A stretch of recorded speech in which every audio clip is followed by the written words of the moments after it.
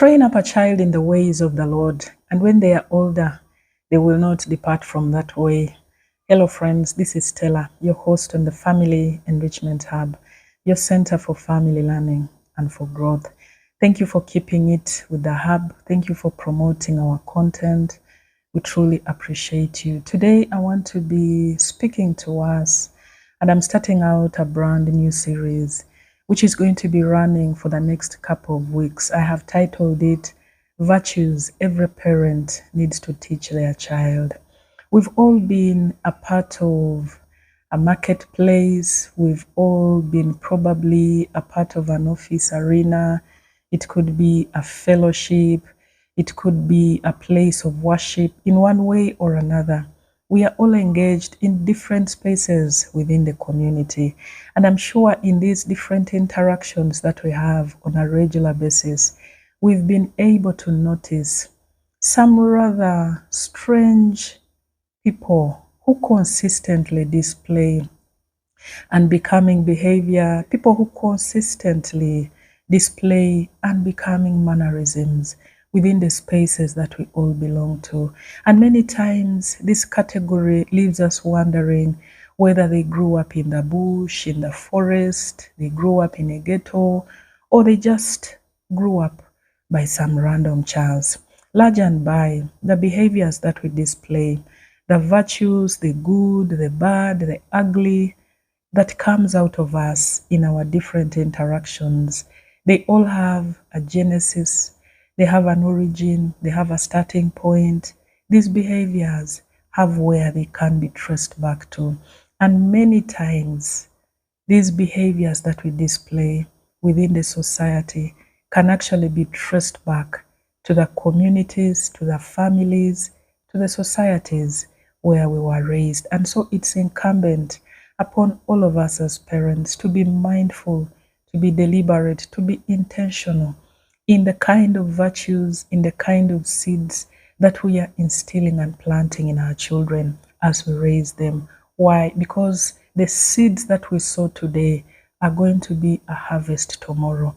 And that harvest will reveal itself in the lives of our children, in their families, and in the societies and communities where they are actively engaged in. And so you do not want your family to be put on the spotlight because you did not raise a correct child. Let's be deliberate as parents.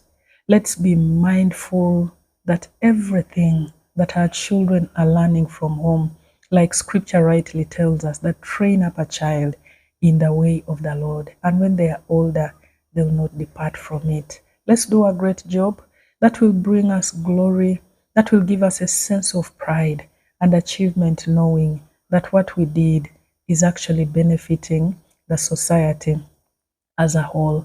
I've also been able to listen to people many times when they reach that point of selecting their life partners. It's amazing how everybody is so generous on their expectations of the spouse that they desire. You hear things like, I want somebody who is very generous. I want somebody who is God-fearing. I want somebody who is absolutely kind. I want somebody who is going to respect and submit to me absolutely. And while all these are beautiful attributes, for me, the bigger question should be, are you what you're demanding from your partner? Because you cannot put expectation on another person which you do not have control over. I strongly believe as an individual that we shall always attract people of our kind of energy. Birds of a feather will always flock together. You will bring forth one of your own kind. And so if you're loaded with virtue within your life, basing on how you were raised up, you're going to attract somebody who is equally virtuous. If you were raised otherwise, you're going to attract somebody who is going to match your exact energy. When you raise a rotten, untamed child, do not expect them to bring you a disciplined and well-natured spouse.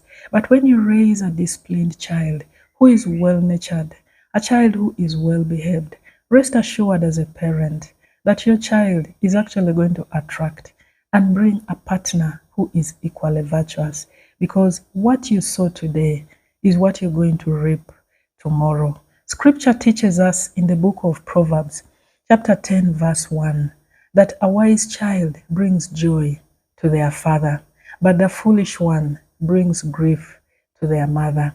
And if we bring it down to the way society is structured today, it's amazing when you see a child who is riding in glory, when you see a child who is bringing so many accolades, when you see a child who is really doing well, they are soaring in a specific area in their life. Normally, society is quick to attribute that glory to the father. And that's a good thing. But unfortunately, when you see a child who is a source of grief, a source of pain, a child who is a disgrace to the society, people are always also quick to throw the blame on the mother. You'll hear things like, a mother slept on Job, a mother did not nurture, a mother did not train, a mother did not discipline her child. And so I call on all of us, both mothers and fathers, let's not sleep on Job where our children are concerned. Let's sow the right seeds. Let's raise them in the way that is expected of us as parents, so that tomorrow, when they are bringing honor and glory to themselves, to their families, and the society, we shall be proud to have laid solid foundations within their lives. And the best way for me as a parent of teaching children is to be the example.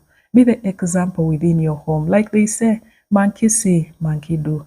What children will do, what they'll replicate in their own lives, will be based on what they have watched you do at home. If you spend the whole day on phone, cheating and lying and cutting corners and being unfaithful to your boss, to your colleagues, and to your employees, your children are watching you. And then you come back at the end of the day again and you're preaching to them the importance of being faithful, the importance of being honest. You're sending out very contradictory messages. And at the end of the day, those children are going to play out the corrupted messages that you've actually displayed to them. So let's be the example to our children. Let's be good examples that they can actually emulate in their own lives.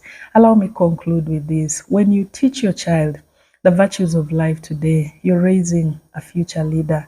A whole child today is going to be a whole spouse to somebody tomorrow, because you're only as good and strong as your foundation. Thank you, friends, for listening in. Kindly catch you in 2 weeks' time. God bless you. Bye.